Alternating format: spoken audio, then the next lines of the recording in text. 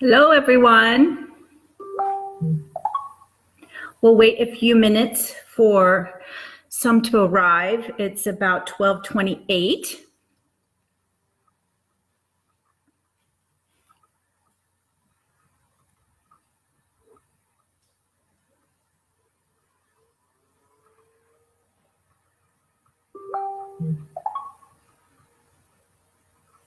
Hi, Grace.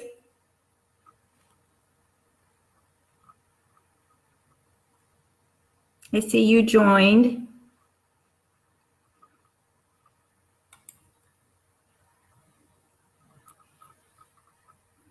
We'll wait a few more minutes well, no, actually just one, but then we'll get started.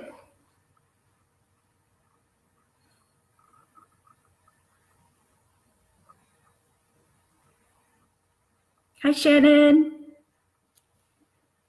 Thanks for joining.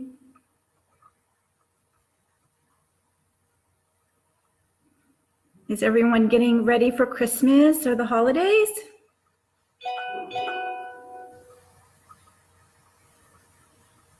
All right, it's 12:30, so I think we'll just get started so that we can end promptly. I know everybody's busy. Oh, Mom, okay. Hi, Lisa. Good to see you. Well, I can't see you, but I'm glad you're here. I have my green drink. Oh, yes. If you have never tried these effervescent greens, they really keep you going in the day. It's a bunch of vegetables and they taste great. Okay. So as you all know, I'm Jaya and I am here from womentowealth.com. And this forum is a Fiercely Free forum. And this is where I want to give back to women to form a support group where women can come and ask questions and feel supported in their endeavors, be it life, family, business. This is a place for every woman. If you know of a woman that's in crisis and just is needing to get her mojo back on, then this is also the place for her because we can hold her and support her and encourage her. So today and I wanted to start with, if there are any children around, I just want to welcome that. I think that the earlier we can have children listen to talk about wealth and abundance and all the things that women can be and aspire to be and have, I think that that's really a wonderful thing. So if there are any children, my idea in this little time so that you can kind of focus and maybe they can have some crayons and they can do a pretty picture of a heart or maybe a Christmas tree or a star or anything that inspires them while we're all being inspired. So I just wanted to bring that up, that whenever you come, have the children around and have maybe Play-Doh or whatever it might be that they can be creative and be inspired. So I know that the holiday season is on us and we are super busy. We're super involved in a lot of different things, but I kind of wanted to bring it back home to us and women for just a moment and all that hurriedness. And I think that it's important for us to be able to look at our families and our spend and those things that we're doing right now. We're probably spending a lot of money or making crafts or whatever we might be doing for gifts. But I think that we just need to be able to take this time and also look at how that affects, our budgets and our family and our business. So that's kind of what I'm going to be focusing on today. And it's going to be about the three B's: building bold business and families. I just really want to bring the family piece into this because I feel that family is as much a business as a business. And if we went into the details of that, then we would all understand. But those of you that are in family, you understand that you are truly generating a family business and making sure that your family is successful. So to start with that, I think it's really important for you to just ground in that for a moment and think of so we're going to start with family first. So what would be your family.com, just for fun? Like, so that you can kind of maybe put that on your refrigerator or put it somewhere that would be your name or a funny name your family knows, or, whatever, silly, quirky, doesn't matter. But that is like your .com. This is how you work as a team and family. Building your budgets, talking about your budgets, looking at your budgets as you're going to do big spends, so that the family understands what that's all about. So the first thing would be your family.com. I want you to start there, write that down, put that in your refrigerator.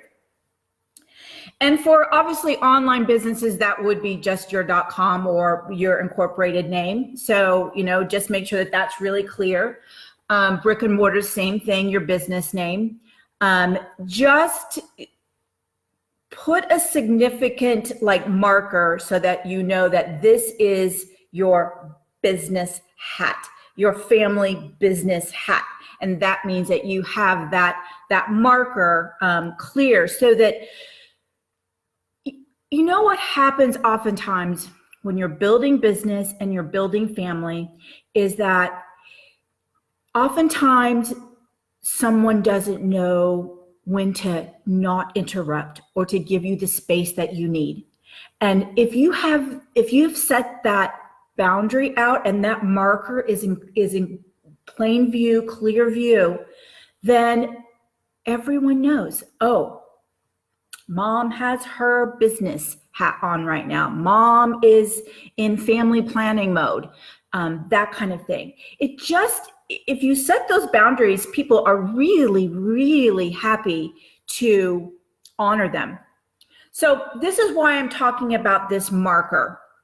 And I would like for you to have it in just a really bold way. So whatever you're doing, if you're having a startup, and you're dreaming about a business and you're dreaming about a startup, then again, brainstorm your markers. What is that name going to be? And when it lands, then you can use that and you can create that marker for when you are in planning mode, you are in design mode, when you are in implementation mode.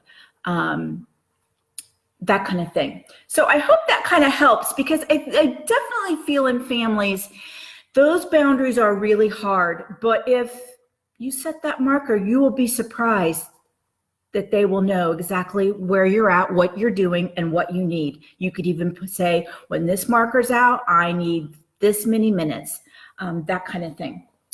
So I just want to bring up a few things that it takes to have a bold family and have a bold business, and to just be bold in the world. You can just take this as how I'm going to be bold in the world. And I think that the first thing that comes to me is that it takes courage, super courage to network, courage to get out in the world and tell people what you do and why you do it, courage to keep your schedules and stay on task and be where you're supposed to be at the right time. All of this takes courage to be out in the world and go and do and be. So the first thing I would like to talk about is just put out there is that I applaud all of you in your courage to want to be here and to look at the idea of living boldly and fiercely in the world and having bold businesses and bold families, because that takes a little bit more work. Because when we're courageous, we're in our heart space. When we're courageous, we are compassionate. It brings about different features than when you're not encouraged. It makes us vulnerable more than anything. And another thing I feel that it takes to be very bold and successful in the world and you might not understand this exactly, but it's to give back. So however you can find ways to give back, I recommend getting maybe a little debit card that's just for giving back. You use that debit card, you put that amount of money on it or whatever, however you'd like to do that. And that's your monthly money of giving to some organization, to something that speaks to your heart. Giving back is something we don't often think about when we're thinking about bold business and revenues and profits and all those things. But giving back is so powerful, and I would like to tell you a little story, and it's called Jax and His Little Red Wagon. So this weekend, I came up, well, actually my mother, I have to give her the credit, came up with this idea that as you know, I'm starting kind of all new traditions because I'm alone. And she had this idea of, why don't I start a tradition with Jax where we are going around, we bake cookies and we go around and we give them to the neighbors. And through that process, I began to realize that this was really a lesson for giving at the holidays when there's a lot of, receiving. And so we baked all the cookies and we decorated them, and we decorated his little red wagon, and we put lights and twinkly lights and Christmas music. And we went out, and Jack's father was with me, and my daughter was off working, but we did miss her. But anyway, we went door to door. And at first, it was so interesting because people were very standoffish. They'd open the door, maybe their dogs were barking and they were a little irritated, or maybe they thought we were gonna sell them something. I don't know. But when they opened the door and there was little Jax, 4 years old, going, "Merry Christmas," and he had his little bag of cookies, and it was their hearts, you could just see. It was such a visual experience to see their hearts just open, and they wanted to talk, and they wanted, to ask Jax his name and just have this neighborly conversation. And, it's just these little acts, and especially when it's with our children, of showing them, how we can really give back in the world, even the tiny things. And to him, I know it was something quite big, but just wanted to share that little story in this holiday season of giving back. But I really encourage you to take that in this new year, to find an organization that you love and that speaks to you, and give back in whatever way you can. It will come back 20-fold. So the next thing on our list of having bold business is, I wonder if, however many of you are in here today, how many of you look at your bank statement on a monthly basis and reconcile it, to the penny, and know where all your expenses and where your income is and where all your expenses are and what categories they fall in and where there might possibly be waste? So something I really want to encourage you to do, and it's really easy. There's a lot of platforms out there. If you really wanted to get into that, I don't know how many of you use like an accounting solution, but Wave is free if you want to go that route. But what I'm kind of speaking to today is like the creative part. Like, what if you just printed off your bank statement and your credit card statements, and you got a bunch of colored pencils, pencils, and then you just started coloring the various line items in the categories that you wanted. So let's say for business, that would be like marketing and sales, and then your G&A. So that's just your general and administrative. so that you kind of start to get an idea of, what lumps into what. And then you have at the end, maybe some that you want to put a little asterisk by, that is, do I really and did I really need this? So it's an exercise that really puts you in a transparent position in your families and your business. And I'm not talking just, not business, I'm talking families.